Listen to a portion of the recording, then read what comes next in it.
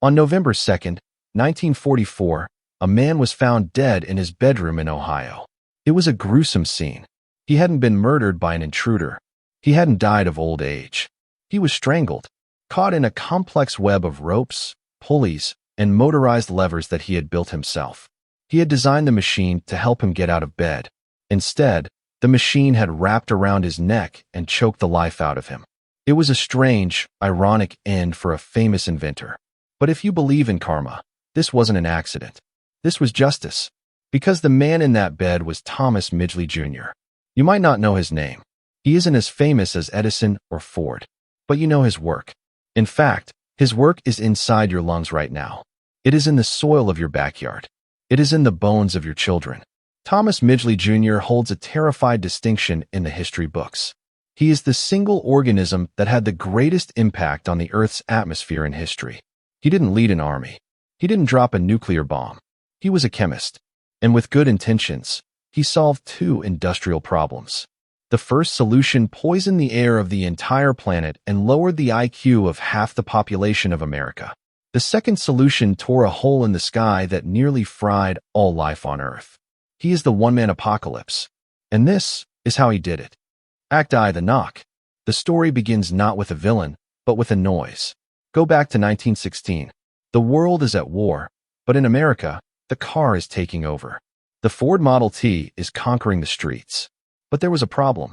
A loud, metallic, violent problem. It was called engine knock. When you drove a car up a hill or tried to accelerate, the engine would make a terrifying ping-ping-ping sound. It wasn't just annoying, it was destructive. It could shatter the pistons and ruin the engine.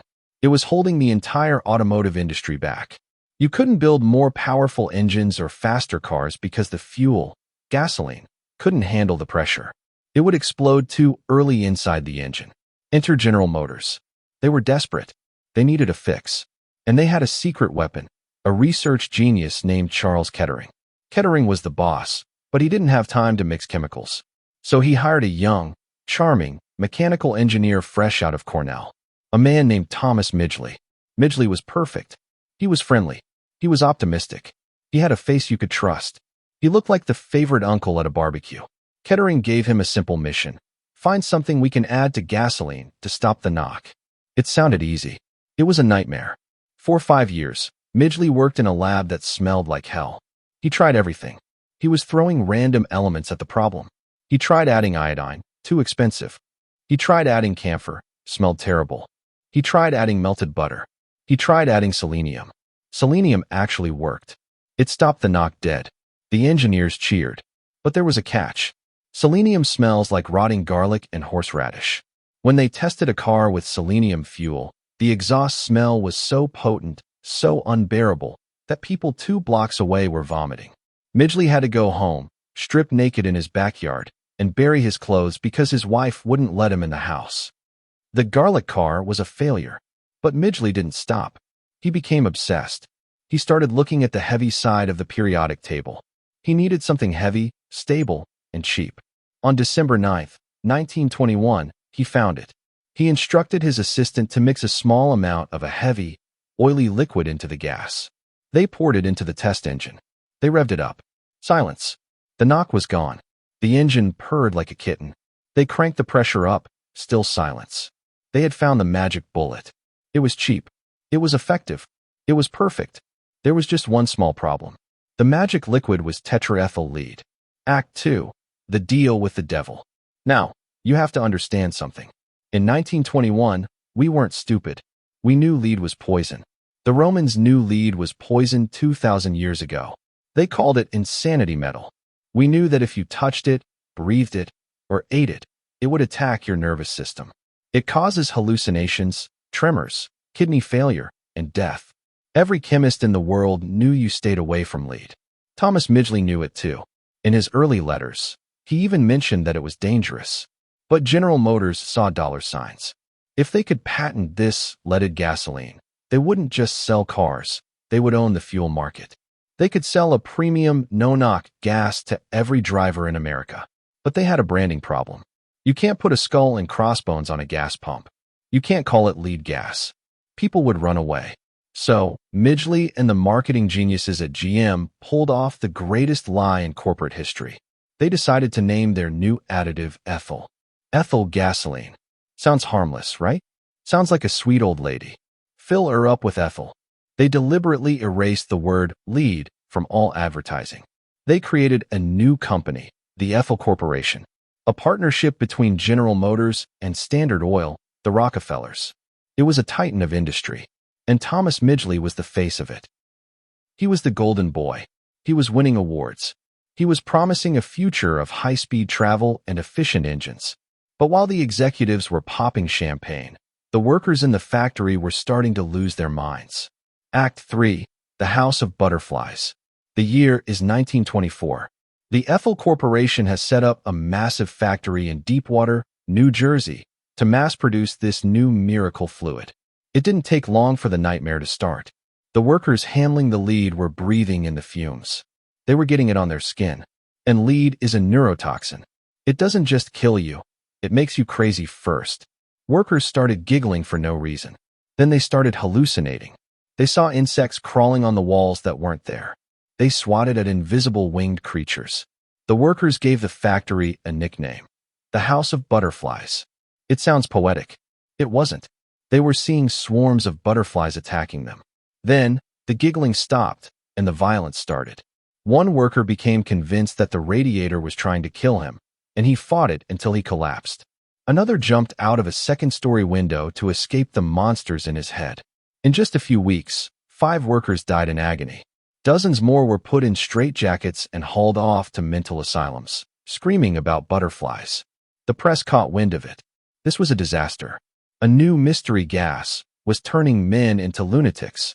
Headlines screamed, "ODD gas kills 1, drives 4 insane. Looney Gas claims victims." The state of New Jersey shut the factory down. The medical examiner of New York called leaded gas a menace to public health. The Ethyl Corporation was on the ropes. The public was terrified. The golden goose was about to die. They needed a hero to save the company. They needed Thomas Midgley. Act 4. The Press Conference. This is the moment where Midgley crosses the line. Up until now, you could argue he was just a scientist who made a mistake. Maybe he didn't realize how bad it was. But in October 1924, Midgley knew. How did he know? Because he had lead poisoning himself. He had spent months inhaling the vapors in his lab. He was cold all the time. His temperature was dropping. He had to take a vacation to Florida just to try and sweat the poison out of his bones. He wrote to a friend, "My lungs have been affected and my eyes bother me." He knew it was killing him. But when General Motors called, he put on his suit. He put on his smile. And he went to face the press. It was a performance worthy of an Oscar. He stood in front of a room full of skeptical reporters. On the table, he placed a canister of tetraethyl lead, the concentrated poison. He looked the reporters in the eye and said, "I'm going to demonstrate that this is not dangerous." He poured the thick liquid over his own hands. He rubbed it into his skin like it was lotion. Then, he held a beaker of it up to his nose and inhaled deeply for 60 seconds. He smiled. "I could do this every day without any harm whatsoever," he lied. He washed his hands, dried them off, and walked out. The reporters bought it. The Looney Gas panic died down. If the inventor himself bathed in it, it must be safe, right? It was a masterclass in deception. He used his own body as a prop to sell a lie. Behind the scenes, the Ethyl Corporation went into overdrive. They hired their own experts. They paid doctors to write studies saying lead was natural. They argued that the workers died because they were clumsy and didn't follow safety protocols. It wasn't the product. It was the user. The government folded. The Surgeon General issued a report saying that while lead might be dangerous in a factory, the tiny amount coming out of a car exhaust would just disappear into the air. Dilution is the solution to pollution. They gave ethyl the green light. Act V. The global poisoning. The floodgates opened. By the 1930s, leaded gasoline was everywhere. It was in every pump in America, then Europe, then the world. And what happened next was exactly what the critics feared. The lead didn't disappear. Matter is neither created nor destroyed. It came out of the tailpipes as fine dust. It settled on the streets. It settled on the crops. It settled on the playgrounds. It was an invisible snow of neurotoxin falling on the entire planet, 24 hours a day, 365 days a year. Children were the primary victims. They played in the dirt. They put their hands in their mouths. Lead mimics calcium in the body. The brain thinks it's food. It absorbs the lead and uses it to build neural pathways. But lead doesn't build, it destroys. It lowers IQ. It increases aggression. It destroys impulse control. For decades, nobody noticed the slow creep. But looking back at the data now, it is terrifying. Crime rates skyrocketed in the mid-20th century. Test scores dropped. An entire generation was essentially given a mild lobotomy by the exhaust fumes of their parents' cars. And Thomas Midgley? He was rich. He was celebrated. He was the vice president of General Motors Chemical Company. He was awarded the Priestley Medal, the highest honor in chemistry. He had won. He had silenced the critics, buried the bodies, and coated the world in poison. But the universe has a dark sense of humor. Midgley wasn't done. He was feeling confident. He was looking for a new problem to solve. General Motors had another issue. Refrigerators. In the 1920s, refrigerators were dangerous. They used toxic gases like ammonia and sulfur dioxide to keep food cold. If a fridge leaked at night, it could kill a whole family in their sleep. GM wanted a safe, non-toxic gas for their new line of Frigidaire appliances. They called Midgley. "Do it again, Tom. Find us a miracle." Midgley went back to the periodic table. He wanted something stable, something that wouldn't burn, something that wouldn't poison people directly. He learned his lesson, sort of. He spent 3 days, just 3 days, scanning the elements. He zeroed in on a compound called chlorofluorocarbon. You know it as CFCs. You know it as Freon. Midgley synthesized it. He tested it. It was amazing. You could breathe it, and it wouldn't hurt you. You could light a match next to it, and it wouldn't explode. It was the perfect gas. He announced it to the world with another theatrical flourish. At a chemistry conference, he inhaled a lungful of Freon and blew out a candle. The crowd went wild. He had done it again. A safe, non-toxic miracle for the modern home. Freon became the standard for every fridge, every air conditioner, and every spray can in the world. Thomas Midgley had now introduced 2 chemical compounds to the global atmosphere that had never existed in nature before. He died thinking he was a hero. He died thinking he had improved the lives of millions. He had no idea that his second invention, the safe one, was actually a time bomb. A bomb that was floating up into the stratosphere, waiting to destroy the only shield that protects life on Earth from the radiation of the sun. The lead poisoned our brains. The Freon was about to cook us alive. Part 2. The Hole in the Sky and the Noose. Act 6. The Invisible Destroyer. Thomas Midgley Jr. was riding high. He had solved the refrigerator problem. His new invention, CFCs, chlorofluorocarbons, was a miracle. It was cheap, stable, and non-toxic.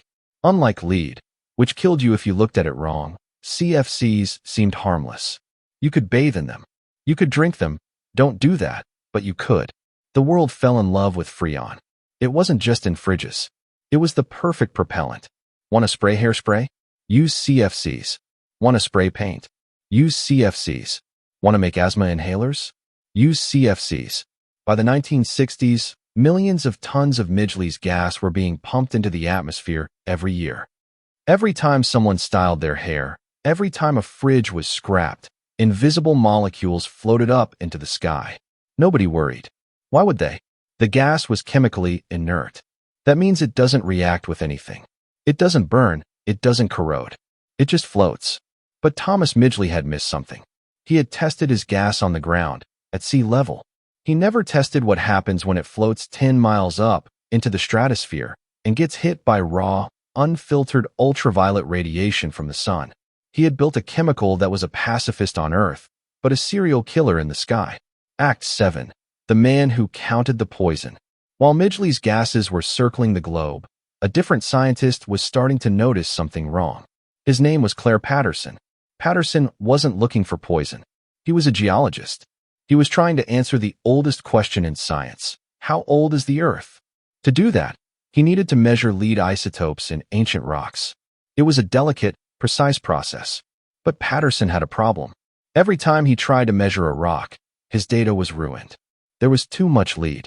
He thought his lab was dirty. He scrubbed the floors. He acid-washed the beakers. He built the world's first ultra-clean room. Still lead. He tested the water from the tap. Lead. He tested the dust on the shelf. Lead. He tested the air coming in through the vents. Lead. Patterson realized something terrifying. The lead wasn't just in his lab. It was everywhere. The entire planet was coated in a thin layer of it. He started testing deep ocean water versus surface water. The surface water had hundreds of times more lead. He climbed snowy mountains to test the fresh ice. Lead. He realized the source. It was the cars. It was the ethyl gas. Thomas Midgley's invention hadn't just polluted cities. It had polluted the entire crust of the Earth. Patterson stopped caring about the age of the Earth. He decided to fight the giant. He published his findings. The atmosphere is being poisoned by gasoline. The Ethyl Corporation didn't like that. They sent their men in suits to visit Patterson. They offered him money to shut up. When he refused, they tried to get him fired. They cut his funding. They smeared his reputation. They told the press he was a crank. But Patterson was stubborn. He fought them for 20 years. He testified to Congress. He fought the most powerful companies in the world, GM, Standard Oil, DuPont. And unlike the workers in the factory, Patterson had the data.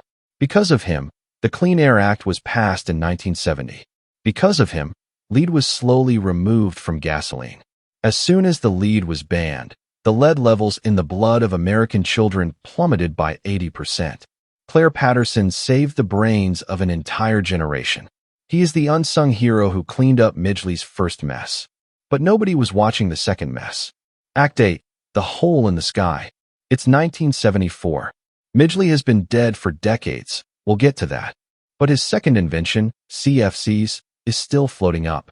Two scientists, Mario Molina and Sherwood Rowland, started asking a simple question. Where do all the CFCs go? They did the math. And the math scared them to death. They discovered that when CFCs hit the upper atmosphere, the sun breaks them apart. They release chlorine. And chlorine is like a shark in a swimming pool of ozone. One single atom of chlorine can destroy 100,000 molecules of ozone. It doesn't just eat one and stop. It eats one, spits it out, and moves to the next. It is a chain reaction of destruction. Why does this matter? The ozone layer is the Earth's sunscreen. It blocks UVB radiation. Without it, the sun isn't warm, it's a death ray. If the ozone layer collapsed, skin cancer rates would skyrocket. Crops would wither and die in the fields. Plankton in the ocean would die, collapsing the entire marine food chain. Birds would go blind. Molina and Rowland published their paper, We Are Destroying the Sky. The chemical industry, the same people who defended lead, attacked them. DuPont called their science fiction and a load of rubbish. They spent millions lobbying politicians to ignore it. Don't ban our spray cans. Think of the economy. For 10 years, nothing happened. The CFCs kept floating up. The chlorine kept eating the ozone. Then, in 1985, the proof arrived. British scientists in Antarctica looked at their instruments and thought they were broken. They were reading almost zero ozone above the South Pole. They checked again. Zero. They looked up. There was a hole in the atmosphere the size of the United States. It wasn't a theory anymore. It was visible. Midgley's gas had chewed a hole in the roof of the world. And it was growing. The panic was immediate. This wasn't about pollution or litter. This was an existential threat. If that hole expanded over populated areas, people would start frying. The world had to act. In 1987, the United Nations met in Montreal. Even the chemical companies couldn't deny the hole in the sky. They signed the Montreal Protocol. It was the first time in history that every country on Earth agreed to ban a substance. They agreed to phase out CFCs. It worked. Slowly, very slowly, the hole stopped growing. Today, 40 years later, it is finally starting to heal.